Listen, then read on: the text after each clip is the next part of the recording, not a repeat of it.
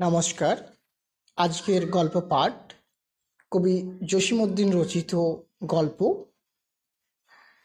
গল্পের নাম শেয়ালস্যা পীরের দরগা, অর্থাৎ শেয়াল পীরের দরগা। তো চলুন শোনা যাক আজকের গল্প, শেয়ালস্যা পীরের গল্প।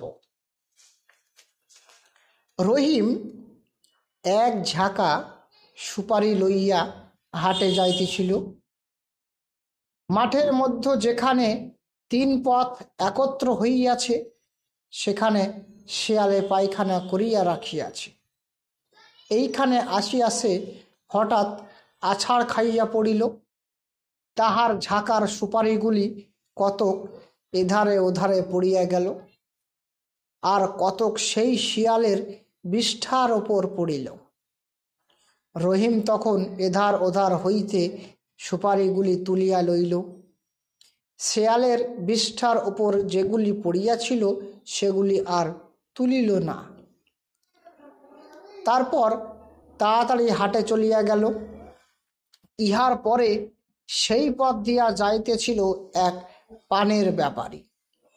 সে পথের মধ্যে কতকগুলি সুপারি পড়িয়া থাকিতে দেখিয়া ভাবিল, নিশ্চয় জায়গাটিতে কোনো পীর আউলিয়া আছেন।